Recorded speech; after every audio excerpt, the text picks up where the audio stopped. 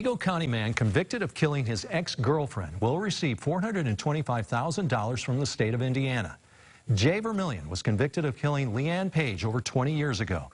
It was a horrific crime that our station covered from the very beginning through Vermillion's conviction. Nicole Kersheen joins us now with how this crime has stayed with some local figures over 2 decades later. It's hard to forget something like this. Absolutely, and it's staying with these people because they say it's one of the most heinous crimes they've ever worked on.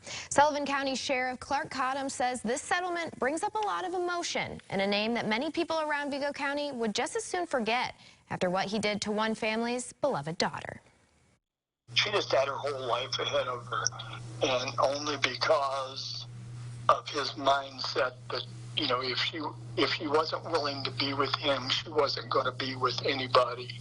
Leanne Page was just 24 years old when her life was taken from her by her ex-boyfriend, Jay Vermillion. Former prosecutor Bob Wright, who tried Vermillion's case, says Leanne called 911 on the night of her murder as Vermillion came after her with a sawed-off shotgun.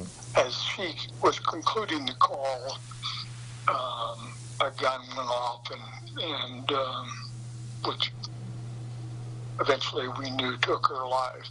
The search for Vermillion that followed is something Sullivan County Sheriff Clark Cottom, who was a deputy with Vigo County at the time, still remembers in detail.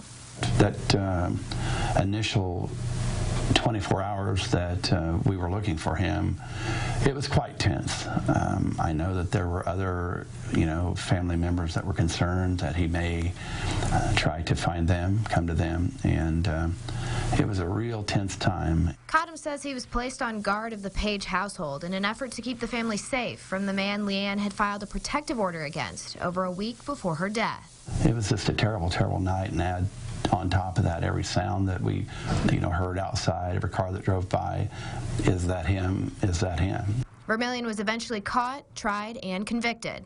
Both Wright and Cottom say Vermillion showed himself to be manipulative during the entire process. But his memory serves me correct. He had actually drawn up escape plans from the courtroom. That was part of enhanced courtroom security, and he had talked about going to escape the first opportunity that he had.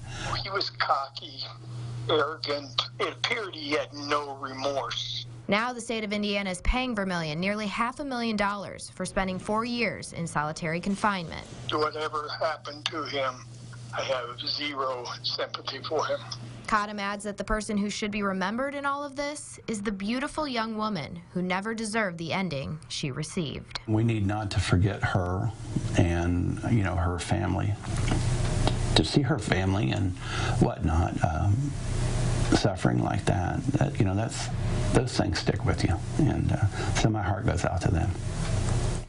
Vermillion is currently detained at Pendleton Correctional Facility. His release date from prison is scheduled for November of 2036. All right, so this big settlement, the people, they still haven't forgotten what's happened here. Absolutely. So again, both of the men I spoke to, they say it's important not to forget that the true victim in all of this, regardless of who's getting money from the state, is Leanne and her loved ones. Yeah, absolutely. All right, thank you, Nicole.